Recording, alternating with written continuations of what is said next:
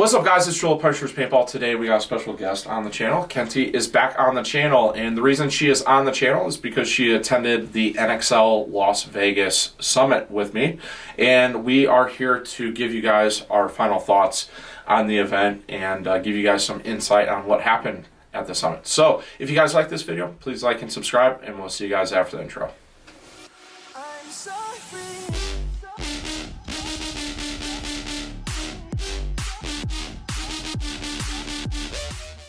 Alright guys, so we're back here in Ohio. It's been probably 2 or 3 weeks since we got back from Vegas. Had a great time out there. Our D3 team unfortunately did not podium, but those guys are due. Stay tuned. We went 4-0 in the prelims and got knocked out first round. So it is what it is, guys. We had a really good time though. Had a good time coaching those guys. Had a good time hanging out with a bunch of familiar faces that we haven't seen in a little while. And after Vegas was the summit, which is the industry standard now for the industry convention, I should say. Conference. I would call it a conference. Conference. I like that. Industry conference for paintball. And we attended along with all the other major retailers and a lot of field owners. Yeah, there was a lot of field owners. So, Kentee, what'd you think? Overall, I thought it was really good. We've been to other ones in the past that Paintball Extravaganza was kind of like the big conference that used to happen. It was always in the same spot. And it was always in Washington, D.C. in February where it was rainy and slushy. Like, who wants to do that? Nobody. So I love that it was in Vegas, and it kind of gave it a cool edge where there was things to do. It wasn't slushy and rainy, so I feel like the location, they did a really good job picking the location. They also made it very much more like upscale, very more industry, higher ends. Yes. More of like you were stepping into a real conference, not, you know, a smaller, I don't know how to say that one. But it definitely felt more it felt more professional. It felt like there was actually some money within our industry, which was because, like, you know, we are a small industry, but we're not that small. Like, I think people kind of downplay it sometimes. Paintball is a pretty decent sized sport, and like, I agree with you. Like, when we walked in, I felt like we were somebody. Yeah, you know, you had Major League Paintball on all the screens. You know, you were walking into the Sahara, and there it was, you know, on all these signs and screens, and it was flashing in your face. It was, and like, you know, there was other things happening. You know, we were, there was the Pac-12, right, for basketball, for women's basketball. Women's basketball was happening at the same time. Yeah, and like, we were like right up there, like our signs and stuff were flashing just as much as like the other conferences that were happening. So it made us feel like more legitimate. 100%. Yes, that's the word. Yes. Very, you know, canvases. Everything was very professional, and I just felt like I was, oh, this is really like real. Yeah. This is not just like our fun sport in the background, like. Right, like now, like in the years past, I kind of got like the mom and pop feel, like when we went to Extravaganza, which there's nothing wrong with that. Like, right, like it's a good balance of being professional and kind of being out there. But I think Tom Cole is really trying to do his part of presenting paintball in a professional manner, which I think it's up to everybody to make sure that we're doing that properly. Well, and I think it was kind of like putting his money where his mouth was, right? Yeah. He's been saying this all along. We want to put this on TV. We want to get on ESPN, you know, potentially talking about like Olympics and things like these huge ideas. And I felt like he was finally justifying like what he was saying and really showing people that I am doing this. I am being serious. I am showing you like here we are doing, changing it to, you know, the Major League Paintball. Like we're upgrading. The branding thing is big. Like I think you think that the branding thing's big too, and I agree with that, because like the branding thing, it makes sense. Like instead of the NXL logo, you know, the NXL logo had no paintball player on it. Now it's got a paintball player that's very. You were saying at the conference that looks like the MLB. Major League Baseball. I mean, it does. It really resembles, like, kind of mimics that. Right. But that's really cool, right? Because everybody knows that symbol. Right. Everybody knows that sign. That is a household symbol. For sure. You know, and now paintball is going to become that household symbol. Like, hopefully, yeah. You know? Right. Yeah. So I feel like he's really stepping up his game and really showing us, like, this is serious. This is, you know, we're doing this and let's go. You're either with us or not, and get on the train. Well, and the exposure of being at the Sahara Resort, like you said, like, you know, I'll show you guys, while I'm talking here, I'll show you guys some footage that I got of it. But yeah, it was cool. Like, it was on there, like, big screens on the main floor where the casino is and everything. Right, so where you people check could in see the it. lobby. Yeah, so, like, everyone knew that we were there, which was really cool. So yeah, I think it was good. When it comes to the actual, like, the conference and the events and all that stuff, I will say it felt a little bit smaller this year as far as, like, the actual conference area of all the brands. One thing, though, that I saw, which was really promising, is I did see some new brands. I saw really small and I saw really big. I saw Velkin, I saw GI, I saw mom and pop places, I saw Defy Paint was there, which was cool.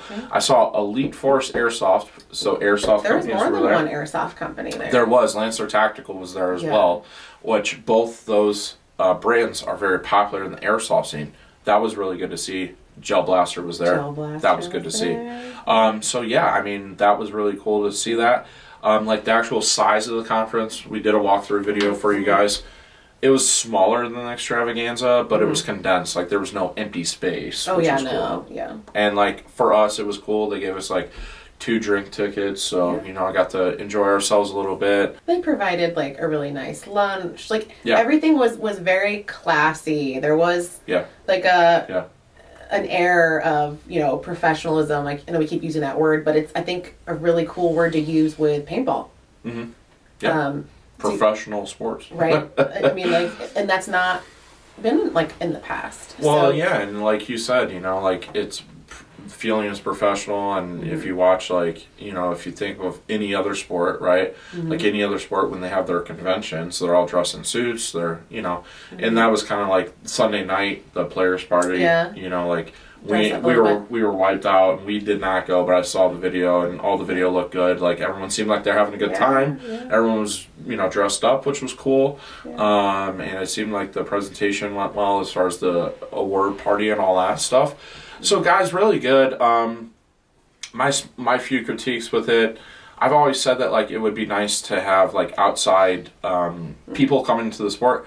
I think my favorite presentation throughout the weekend was actually Kyle Berry of the ML Kings. He's a marketing guy, and his presentation was really enlightening of all the stuff that I don't know, which was cool. Because, like, I feel like sometimes I go to these meetings and it's like we're just kind of beating a dead horse with conversations. Whereas, like, his was actually informative. It was outside of the realm of paintball. Even though he's in the realm of paintball, he really knew his subject matter. So that was really good. I did see some classes that we've had before. We also had roundtable for field owners and store owners. The field owners, obviously, we didn't go to. The store owners conversation, well, it wasn't super productive, but that's going to happen, right? But it was good to have that where we all felt like we were having those discussions with each other. And then, you know, tech classes. I attended all the tech classes for Planet Eclipse, Lux, Shocker, Field 1, Eclipse, and Field 1. Yes, so attended those. Planet Eclipse definitely was the best. It was a 4-hour long class. It was long. Probably could have been cut short by like an hour, maybe even 2 hours. Like, could have definitely sped that up. But I definitely feel like I've got a better understanding of the Gamma Core because of it. So that's good. And you know, it was good to communicate with, you know, Craig Martin from Lux and Shocker, find some little quirks about the idol, find some quirks about the era. Also some troubleshooting stuff for the Field 1 Force, which was good. And yeah, so overall, I think the tech classes were good.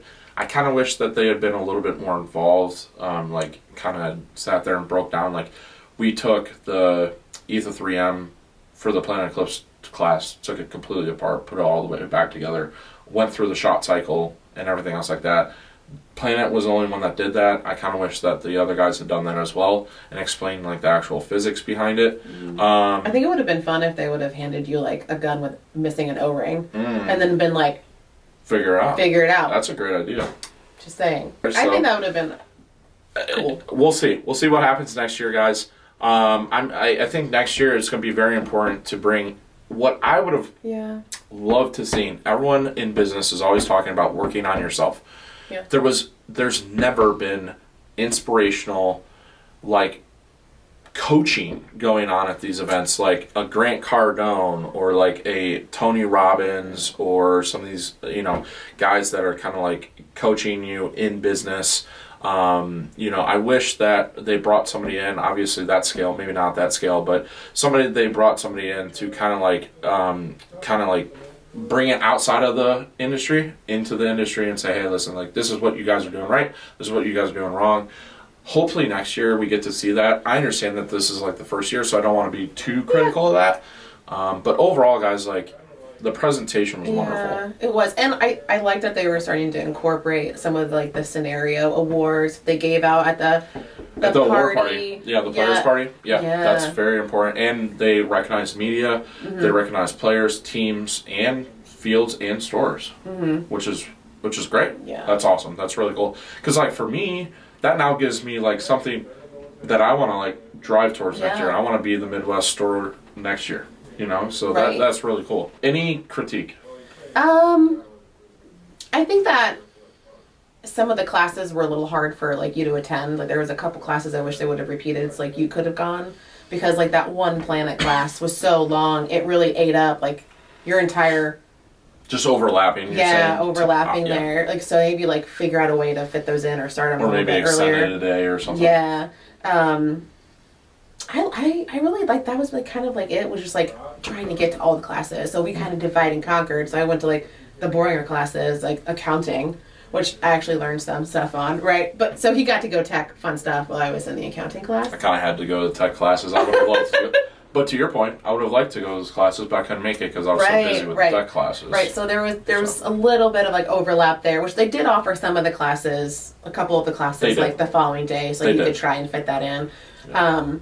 I felt like maybe the round tables need to have a little bit more of like a mediator or I think have more prominent industry people like from our wholesalers, right? Like a Planet rep, a Shocker rep, a HK rep, a GI rep. So Falcon rep. Instead of like people just going in circles amongst owners of stores, then we actually can have more input. And then maybe, what we are trying to change can be heard on those ears. And then maybe there can actually be a change, Yeah. So like things like that, maybe incorporate some more people to help mediate and run those round tables to be productive. Yeah, absolutely. Good. Yeah. Nice. Well, there you guys have it. That is our final thoughts on the NXL Summit in Las Vegas for 2024. Hope that you guys enjoyed this video. If you guys did, like and subscribe, and stay tuned. We brought all kinds of content back with us, some of which has not been released yet because we're not allowed to. So you're definitely going to want to stay tuned for that stuff because it will be dropping here as soon as we get the go-ahead from the respective brands of products that will be dropping. So thank you guys so much for watching, and we'll see you guys next time.